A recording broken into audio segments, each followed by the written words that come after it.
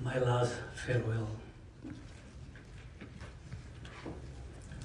Paalam na mahal ko. I'm sorry for those who don't understand Tagalog, the Filipino language. But please allow me to use this because this is how I can express more deeply and sincerely my emotional feeling to my departing, beautiful, lonely, loving wife that I will never see her again. Paalam na mahal ko. Iiwan mo na ako, honey. Sa mahigit na 60 years na pakikibaka tayo sa hirap man ginhawa sa buhay, walang iwanan. May malulungkot, may masasaya nating pinagsamahan. Walang iwanan. Dahil tayo nagmahal ng tapat sa isa't isa. Kapit kamay, nagtulungan, at walang iwanan. Tayo nagtagumpay ng matagal na ganitong habang panahon. Nakaukit ng iyong pangalan sa aking puso. Mahirap nang burahin.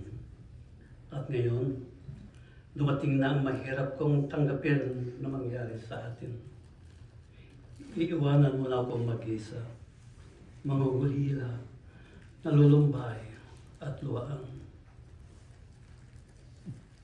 Ano na kaya ang paruroonan ng buhay ko na wala ka? Nawala na yung kapit kamay na nagpapalakas sa lahat sa isa't isa.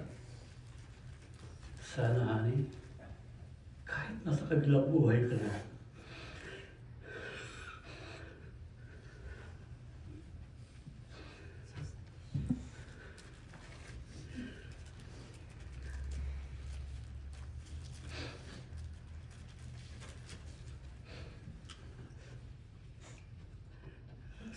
sana, honey, kahit nasa kabilang buhay ka na,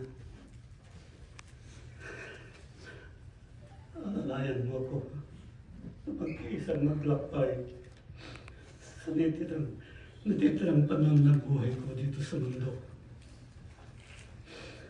Kailangan kita sa buhay ko.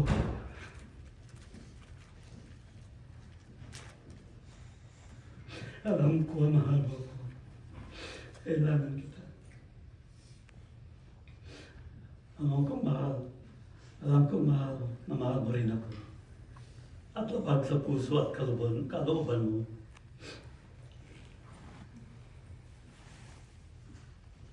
Na mawalay ka sa aking piling.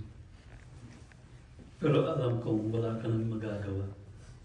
Wala na tayong magagawa. Palagay ko, ito na ang nakatagdang panahon na magpaalam na tayo sa isa't isa.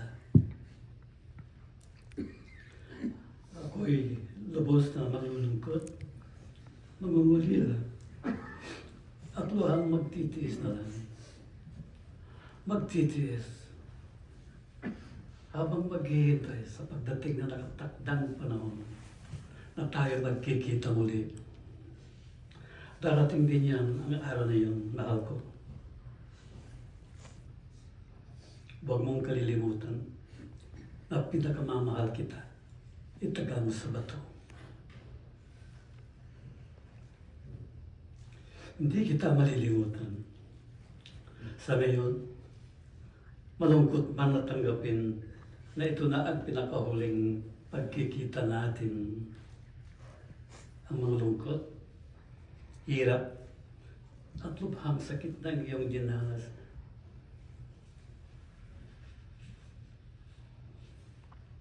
Na mahabang panahon na iiwanan mo dito sa lupa, naway, tigaya at kapayapaan na matatamasa mo sa iyong paroroonan. Nasa mabuti ka ng kalagayan, panahon na nasa kamay ka na ng ating mahal na Panginoon.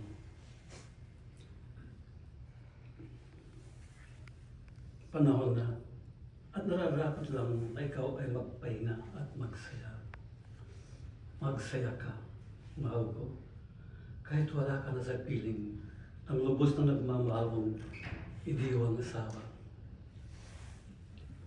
Dear Lord, please accept Margot, my loving and lonely wife, into your kingdom and give her rest and peace. Amen. Amen. Paalam na pinakamamahal ko. Pinakamamahal ko sa buhay. I love you. Goodbye. Till we meet again. Salamat po.